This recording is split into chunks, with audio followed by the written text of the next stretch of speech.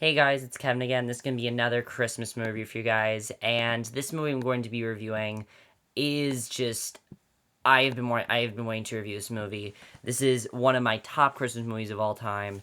I watch it all the time. I love it so much, and that is the 1990 comedy Christmas classic Home Alone. Now, Home Alone. Where do I even begin with this movie? Yes, I have the 4 pack. No, I do not like I like the third one. I don't like the fourth one. The third one I cut some slack, but like still. I want to get these on Blu-ray. But where do I even begin with Home Alone? I have been watching this movie for such a long time. It's one of the Christmas movies I always watch, and the more and more I watch it, the more I love it. Home Alone is an absolute masterpiece. Of course, yeah, I'm gonna tell you guys that everyone loves Home Alone. If you guys don't love Home Alone, what's wrong with you? It's one of the best Christmas movies of all time. It's such a great premise. I love the idea of it. I love everything about it, and just as I said, more and more I watch it. Watching it again remind me of how much I really do love it, and how I wish I could watch. I wish I watched it more. I really do. But let's get to the plot of Home Alone, which the plot of Home Alone is just absolutely fantastic. I love the plot of Home Alone. Basically, the plot of Home Alone focuses on this boy Kevin McAllister, and basically he is in a very difficult situation. He has an entire family staying with him at his house because they're going to be leaving for France the next day. While the other half of the family is leaving for Florida, his family's leaving for France. He's having a lot of problems with his brother. He's having a lot of problems with his mother. He's not really getting along very well with his family. So one day, his mother tells him, "Oh, you got to man up and everything." His mother's basically telling him, you gotta be nicer and everything. And he says that he's tired of their family. He doesn't want to be there anymore. He just wishes that they weren't his family anymore, and he wishes he was all alone, home alone, basically. So the next day, they all wake up, and basically the whole family wakes up. They realize they're late for their flight. They leave without Kevin, and Kevin is then left home alone, without his parents, basically, which his mother eventually figures out because of mother instinct and things like that. But basically, he then realizes that he is home alone. But the problem with this movie is that while he is home alone, there are these two robbers, Harry and Marv, who are planning on robbing his house. And basically, he has to try to stop them, do whatever he can to get them to, not, destroy, not rob his house and everything. And that's basically the plot of Home Alone. And I think that is a fantastic plot. I love the plot of this movie. I love the idea of this movie, and I just think it is fantastic. And everything about this movie really is fantastic. Everyone involved with this movie is fantastic. Let's get to the acting in this movie. The acting really is what makes this movie great. First of all, the interesting thing about this movie is that when this movie first came out, critics hated it. They said it was, not very good for a kids movie. It wasn't funny. And I do not know what they're talking about because Macaulay Culkin is one of the best child actors of all time, in my opinion. He gives one of the best child actors performances I've ever seen because he's the one that basically is going to carry this movie. And his character is just so funny, and you can tell the whole time that Macaulay Culkin was just having such a good time. And just the character of Kevin McAllister is such a fun character. Really, he is. He's a really fun character. I mean, really, there are so many things that are so great about him. He's very mischievous, of course. It's really fun to watch what he does while he's home alone. Even the slightest thing, like putting like laundry away, getting groceries. It's fun to watch because it's a kid doing this, and just basically it really makes you feel like a kid again. It's one of those movies that makes you feel like a kid again.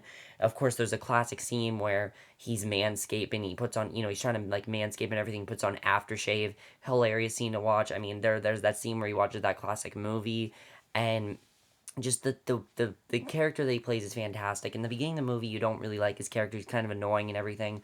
But as the movie goes on, you realize he's a really great kid. And also the booby traps he comes up with for the robbers are just fantastic.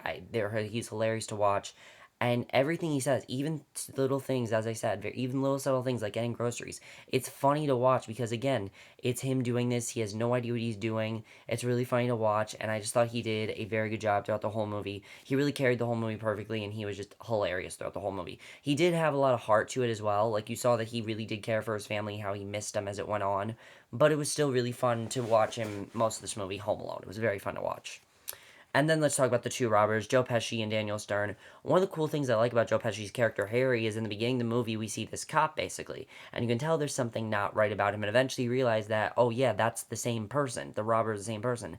It's a very subtle thing that the movie does, but I think it's very well done. I really like the movie does that. It's very funny to watch, and I think Joe Pesci just did a great job. And these two robbers are some of the funniest characters, are just the funniest characters in the series because first of all, they're terrible at what they do. They're terrible at what they do, and that's because of Marv. You know, Harry's the one that comes up with plans and everything. He comes up with very long, elaborate plans, but Marv is an idiot. So Marv doesn't follow through with them. Marv is just, he's basically an idiot. He's a complete child. Kevin's more mature than him and everything. And just the way that they went through these traps and everything, the way they handled it, their interactions with Kevin was hilarious. Just everything with them. I loved their characters of the robbers. They were so funny to watch, and just they made some of the funniest moments in this movie. Um, Catherine O'Hara as Kate McAllister was just great. You can really tell that she cared for Kevin so much. And of course, the thing I just love about her character is when she finds out Kevin is missing, that is when her character gets hilarious. You know, she doesn't want to accept the fact. She wants to find him as soon as possible. She wants to get done ASAP. And just as far as she goes to find her son is so funny to watch. I thought she was just so, so funny, and the mother instinct and everything, it's very realistic for this to happen. I mean, a lot of people say the movie's not realistic, but it could happen if you have a really big family and you leave a kid behind. Yeah, that could happen. And the fact she doesn't realize it till she gets on the plane, then suddenly realizes it, I think it's hilarious. I think Catherine O'Hara did a great job, and I just thought she was fantastic in the movie. Definitely very, very good. The rest of the family was great as well, but the only other character I'm going to talk about is Roberts Blossom as Old Man Marley. Now, you always have to talk about Old Man Marley. If you talk about anyone in this movie, you have to talk about Old Man Marley, because Old Man Marley is a guy who we think is this very evil person. He has a lot of like evil suspicions about him. But eventually Kevin realizes, and this is probably one of my favorite twist in the movie personally, is when we find out that Old Man Marley is actually a good guy. He is actually a very kind neighbor. He, has all these assumptions about him, but really all he's doing is he goes to a church because he wants to hear his granddaughter sing, and because his son and him weren't on good terms. They ended their relationship and everything. They haven't been on good terms since, so he hasn't been able to see his granddaughter. So the only time he can see her is then. It really makes his care for his character more. And just the bonding between him, Macaulay Culkin, was so great to watch. It was great to watch. I thought they did a very good job with that, and it really makes some of the best heart in this movie. Just the heart with them is just fantastic, and I love it. I love what they do with this character. Great stuff there. The directing by Christopher Columbus. He is just not Christopher Columbus, not the guy that discovered America. Chris Columbus. He is just fantastic. I mean, he writes so many good movies, and he did a great job directing this movie. Really, he did. I mean, it was very, very well done. I thought he just directed perfectly. I really have no issues with that. The screenplay is great by John Hughes. He wrote such a witty screenplay. There's so many quotable lines in this movie. This is one of those movies where you're gonna quote lines from it. You know the line, I made my family disappear. You know the line that's like, where the mother shouts Kevin. You know the line that's like, the line where Kevin screams. This pose right here. That's some of the stuff we know from this movie. And that's all really due to the screenplay by John Hughes, who really wrote a fantastic screenplay. And without the screenplay, I don't think this movie would be as good as it really is. The movie also has some fantastic cinematography.